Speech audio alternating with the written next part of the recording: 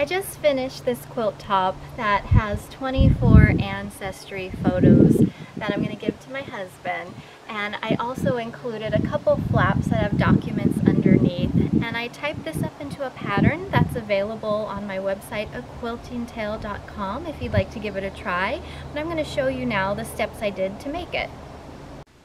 I had my husband choose some of his favorite Ancestry photos and had them printed out on fabric, and they turned out really nice. So there's 24 different photos here.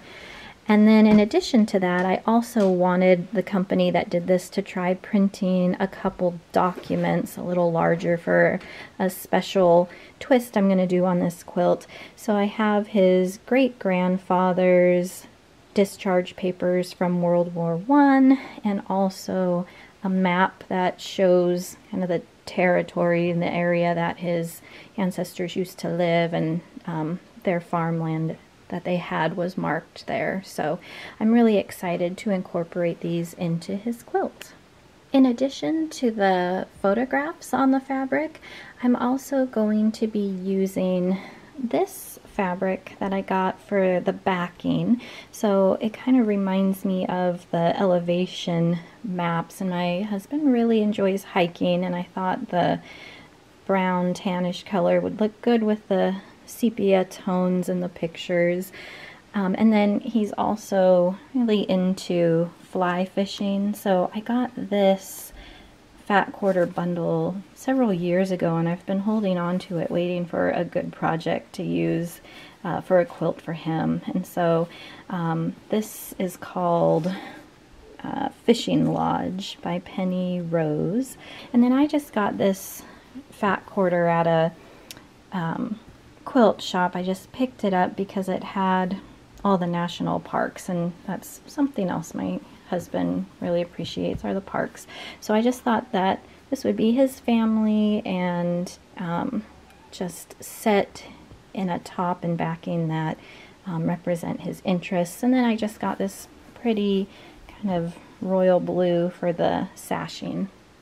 Not only do you need to know how many vertical and horizontal pictures you have to determine how many pieces of each size to cut, but you also need to lay them out ahead of time to determine which layout you do for each block. Because I have a mix of horizontal and vertical, I decided that I'm going to kind of mix horizontal and vertical pictures together so they all kind of have a random look to them. What I did was pair pictures that kind of went together. My husband said there was often a wedding photo and then a family photo that went with it, and so I just kept those paired together.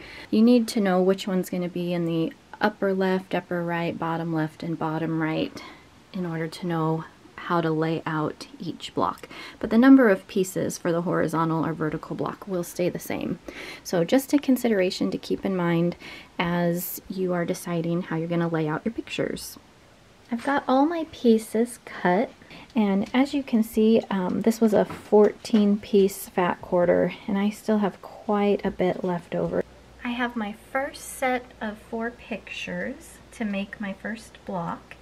And when you're taking them off the design board, something that I like to do, especially if you're low on space, is to just take a photograph of how it looked on the board, so if these get moved around a little bit, I can remember the position that I had them in. And this is important to lay them out, and remember with this pattern, the other fabric pieces are going to build out around them.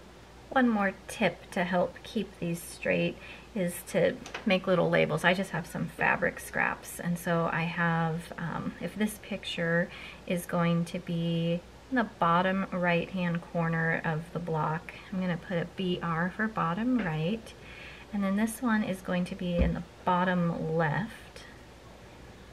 This will be in the upper left corner, so top left. And then this one will be in the top right corner of its block. So it seems kind of opposite from how you're looking at it, but just remember that there will be block pieces built around the photos, and that the photos should all meet in the middle. I'm gonna go ahead and start with this photo here, which is horizontal, and it was going to be in the bottom left corner of the block. So I'd want to make sure that I look on my in my directions for the bottom left layout. And so for a horizontal picture, no matter what kind of no matter where its position is, you're going to need 2 B strips of different patterns, a C, a D, and an E strip. So I'm going to go ahead and pull those now, and it doesn't matter which ones. I would just pick a variety, and then you can lay it out and see how it looks. Alright, so I have my first block laid out, getting ready to sew it, and all I'm looking for here is a variety of prints. I don't want 2 of the same. I'm going to sew these 2 pieces together first, which are the E and D piece. We want to start with the smallest pieces first, and then those can attach to the photograph and the C strip. Once those are attached, we can put the side piece on and then the top. So the side B and then the top B will be our last step. So let's go ahead and get started. You can finger press it toward the smaller E block here. And then if you want to take it to the iron, you can. I'm going to go ahead and put my C piece on now, so it should be on the top. And so now I'm going to take the photograph, which should be on the bottom here, and this is where leaving that 1/4 inch seam around the photo is going to be important.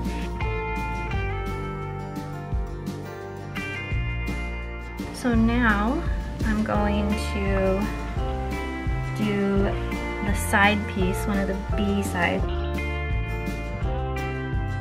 and then the last piece. I think since this one is kind of pointing directionally to the left, I'll make this one point to the right for a little balance here. And there is my first block. I'm going to press it now so that my seams are all flat and everything's straight, but here's how it looks on the back. So I'll just kind of press in the direction that I was finger pressing, and then I'll make the other 3 to make the larger block, and I'll show you how to sash it together.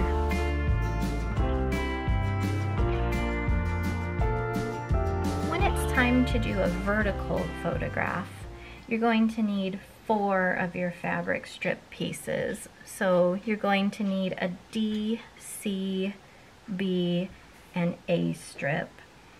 And when we assemble these, remember you want to start small and build a block that the others match up with. So we're going to start with the photograph and the D strip, and then once that's together, we'll put the side in because it'll be the same length at that point as the B strip. Then we'll do C, and finally A. I have my 4 smaller blocks that are going to make up my first block here, and I just have my sashing pieces in place to give you an idea of how it'll look. So now all that's left is to pick my cornerstone piece, and I think I'm going to use this green one here because I don't see as much green in this particular block. So that'll be the one that I use. So I'll show you how to sash all of this together.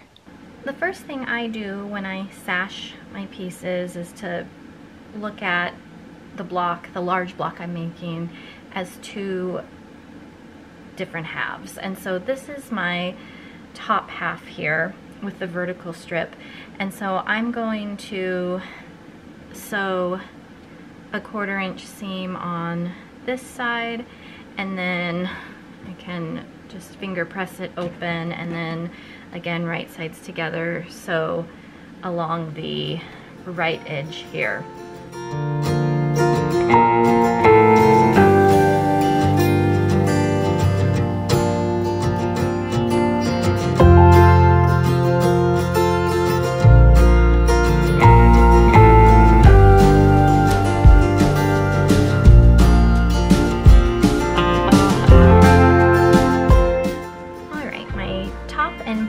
bottom are complete, and so now I just need the horizontal sashing. When I press, what's important to note, since I pressed the vertical sashing toward the sashing, I'm gonna press away from the cornerstone this time, and that's gonna allow my pieces to nest. It's the only part of this quilt where you have to pay attention to nesting.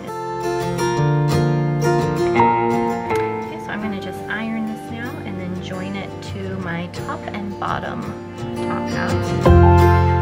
And then you wanna do what's called nesting the seams. And for this, you're going to take your two seams, they should be going in opposite directions, and just line them up. So I'm kind of taking these two blue pieces. Let's see if I can make that more visible. I'm taking those two blue pieces and just lining them up. And if I kind of push the top one with my thumb lightly, it won't budge unless I push it really hard. But that tells me that they've nested. They kind of lock into place, and that lets me know that my seams are going to be one vertical line.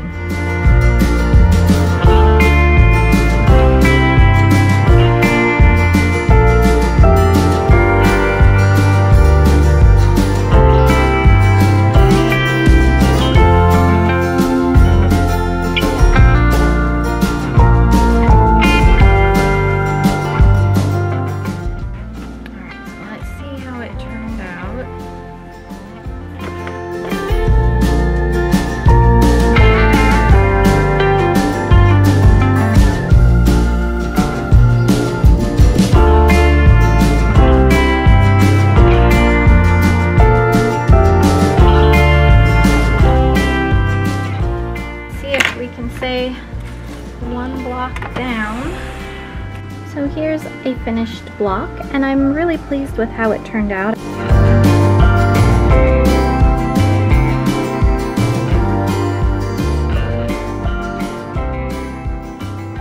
So I mentioned that I had a couple documents I was going to incorporate into this quilt, and I'm going to show you now how I'm going to put one in. So I have my 4 blocks like I normally would, and then I have a separate one here that I'm not actually going to sash in just yet. Instead, I'm going to put this document, which are the honorable discharge papers for my husband's great-grandfather from World War I. It goes with this picture here. So I'm going to be creating a lift the flap so that it's just a little more interactive. So I will lay the blocks out like this, but I want to show you how I'm going to make the flap and attach it to this block. So what I've done is cut a piece of batting to the same size as my unfinished block, and then I'm going to take another piece of backing. This will be the same backing for the whole quilt, and I cut it the same size as the unfinished block. I'm going to put it right sides together, and mine is not directional, so it doesn't matter which way, but if you have a directional print, you'd want to think about that. And since it's going to go right here and attach into the sashing along the top, I want to leave this side open and stitch around the other 3 sides so I can turn it inside out. Alright, so remember this top portion that's not going to be sewn across will end up getting sewn into the sashing, but I still want to do a little back stitch to hold it together for when I'm turning it inside out. And I'm going to stop about 1/4 inch shy. Keep the needle down and pivot. And keep going. When I get to the end, I want to do a back stitch again just to hold that final stitch in place.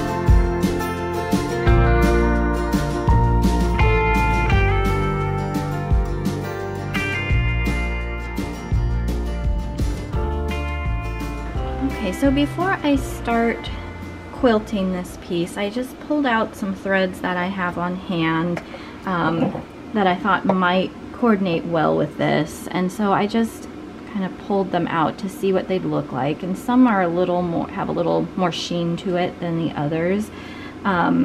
I think I'm liking the grays more, so I'm going to pull out the brown and tan here. And then as I'm looking at these, I think just a subtle gray is going to be best. So I'm going to take out these ones that have more of a sheen and use this one here, I think. And since I don't know how I'm going to have the whole quilt quilted, I'm just going to stitch in the ditch on this one to quilt it so that there's nothing too busy happening and it won't detract from the rest of the quilt later. So what I'm going to do is stitch a straight line between each of my pieces here. I think I'll start with this one and stop, then I'll go across this and stop, then I'll come down and stop, and come down and stop.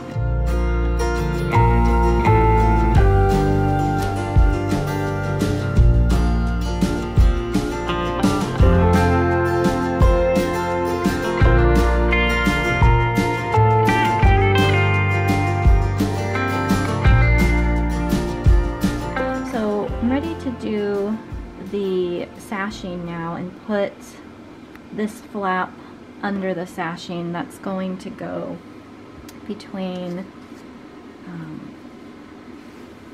this piece here and the document.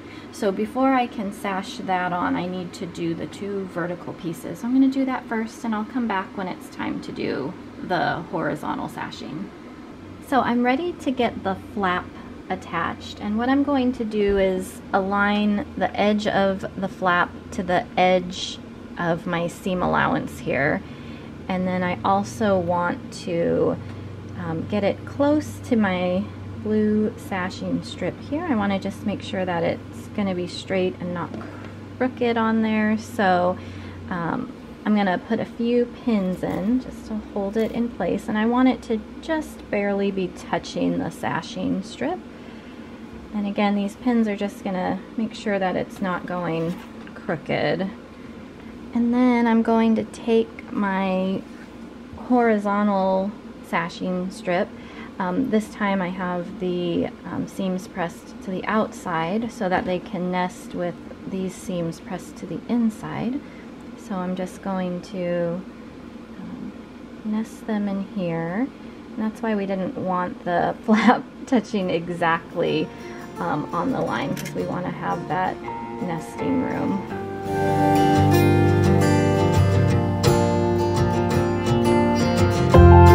The block with the flap is done now, and I just wanted to show you how it turned out. So the top portion here is just like a regular block, but then when we scoot it up, you see the flap, and when you lift it, there's the document. There's a little bit of room left over here, so when I sew the side piece of sashing on, it won't clip or pin down the edge of my flap.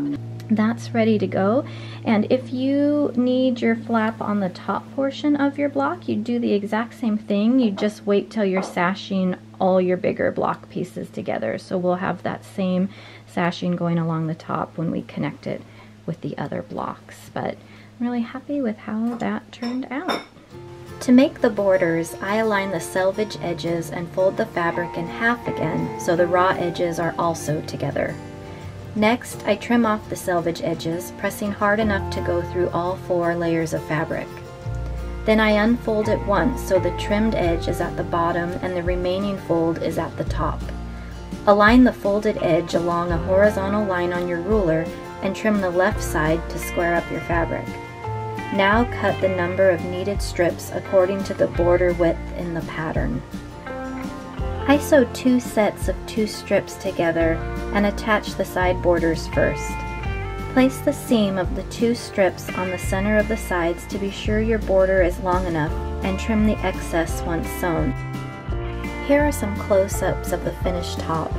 It finishes at 48 by 80 inches. I love it because this quilt will definitely pass along stories of my husband and his family.